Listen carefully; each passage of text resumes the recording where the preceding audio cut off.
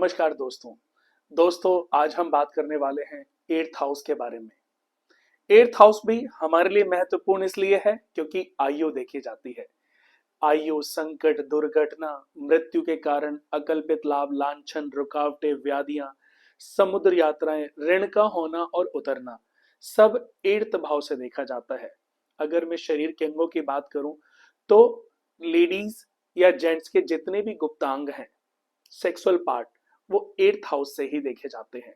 किसी को किडनी से रिलेटेड प्रॉब्लम है, किसी को यूरिन इन्फेक्शन है, किसी को सेक्सुअल प्रॉब्लम है, उन सब का विचार जन्म कुंडली के एट्थ भाव से ही किया जाता है।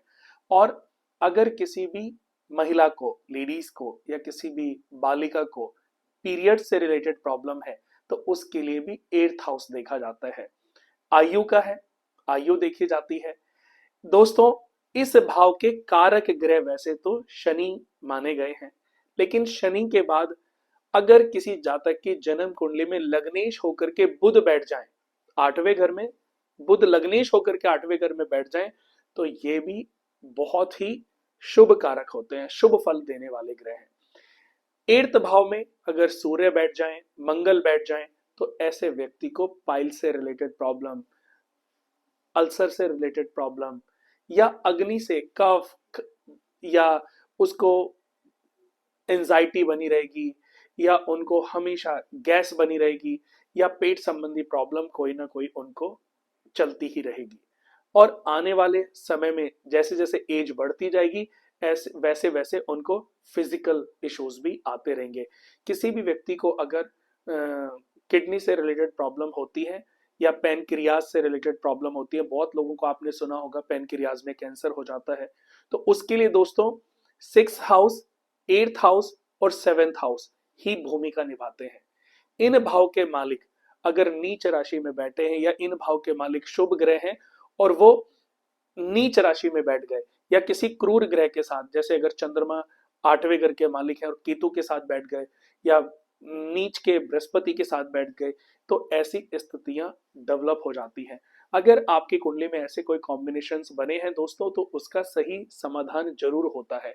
उसका सही समाधान अगर आपने समय से पहले कर लिया तो ऐसे विपत्ति परेशानियां आपके जीवन में नहीं आती, वरना ये विपत्तियां परेशानियां आपको प्रभावित कर सकती हैं।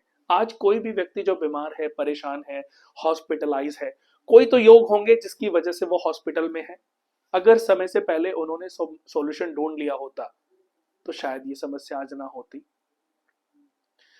आयुर्वेद में या बहुत लोग ये कहते हैं कि व्यक्ति को अपनी एक्टिविटीज रखनी चाहिए, अपने व्यायाम पर ध्यान देना चाहिए, अपने शरीर पर ध्यान देना चाहिए, योगाभ्यास करते रहें।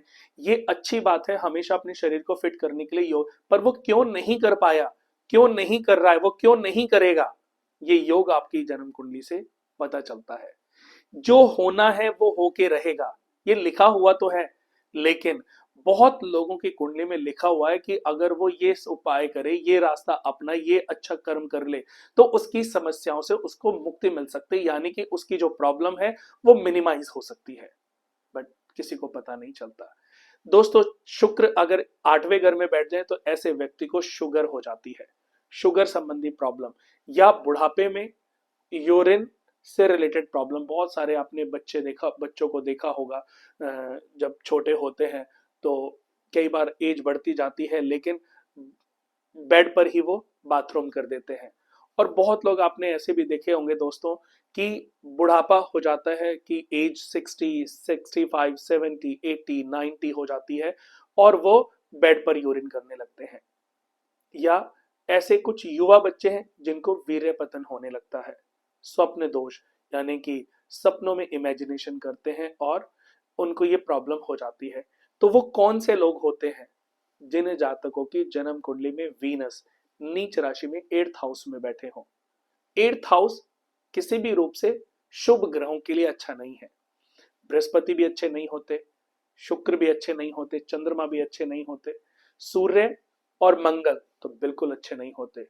राहु जरूर अच्छे होते हैं, आयु लंबी देते हैं, बुध अच्छे होते हैं, शनि तो कारक माने गए हैं, केतु बिल्कुल अच्छे नहीं होते। पर 9 ग्रह हैं दोस्तों, वो कहीं ना कहीं तो विद्यमान होंगे ही होंगे।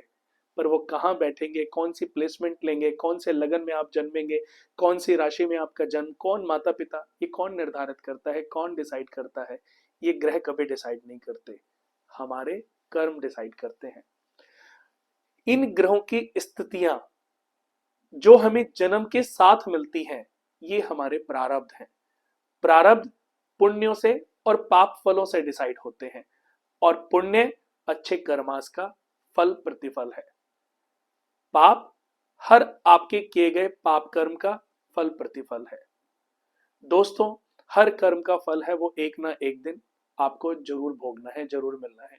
तो आयु, संकट, दुर्घटनाओं से आपको सचेत रहना है। तो हमेशा ध्यान रखें कि आप लोगों का मार्गदर्शन करते रहें। अगर आप वाकई अपने आप को ठीक करना चाहते हैं, अच्छे आचरण का पालन करें, सदाचारी रहें, अपने माता पिता की सेवा करें, अपने गुरुजनों के प्रति आपके अंदर आदर सत्कार होना चाहिए, जीव जंतुओं के प्रति आपके अंदर दया भावना होनी चाहिए। गरीबों को बहुत लोग दुत्कारते हैं, गरीबों को बहुत लोग, गरीब लोगों को बहुत वेमनस या छोटी या मिडिल कास्ट या छोटे लोगों को, बहुत ऐसे लोग जिनको तुच्छ समझते हैं, छोटा समझते हैं, ये कास्ट से छोटा है। दोस्तों, ईश्वर ने सिर्फ 4 वर्ण बनाए हैं, ब्राह्मण, क्षत्रिय, वैश्य और शूद्र। आप, भगवान ने ये 4 वर्ण क्यों बनाए? उनकी सोच कभी आप पकड़ ही नहीं पाए। ब्राह्मण वर्ण जो ज्ञानी हो, जिसका काम हो ज्ञान बांटना, क्षत्रिय जिसका काम हो लोगों की रक्षा करना, वैश्य जिसका काम हो सिस्टम को चलाना, मैनेजमेंट देखना, शूद्र जिसके अंदर सेवा भाव हो। भगवान के शरीर से ही उत्पन्न हुए चारों वर्ण हैं।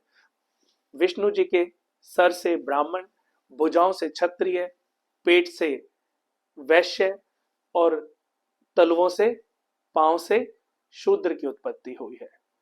तो दोस्तों, हम सबके साथ अपना प्यार बनाए रखें। आगे भी हम अच्छी वीडियोस के साथ ज्ञान देने के लिए आपको मिलते रहेंगे। वीडियो अच्छा लगा तो इसको शेयर जरूर करें, लाइक जरूर करें, और अगर आपने हमारा चैनल सब्सक्राइब नहीं किया है तो सबसे पहले चैनल को सब्सक्राइब कर लें, और जितने भी आपके ग्रुप्स हैं, जितने भी आपके दोस्त हैं, सभी जगह शेयर करें, लोगों को फॉरवर्ड करें, ताकि लोगों को ये मोटिवेशनल जो हमने अपनी एक सीरीज शुरू की है, अपने जो प्रोग्राम शुरू किए हैं, सबको ये मोटिवेट कर सकें। आज के लिए बस इतना ही। कल फिर आपको 9th हाउस के बारे में जानकारी देने के लिए मुलाकात होगी। तब तक के लिए नमस्कार।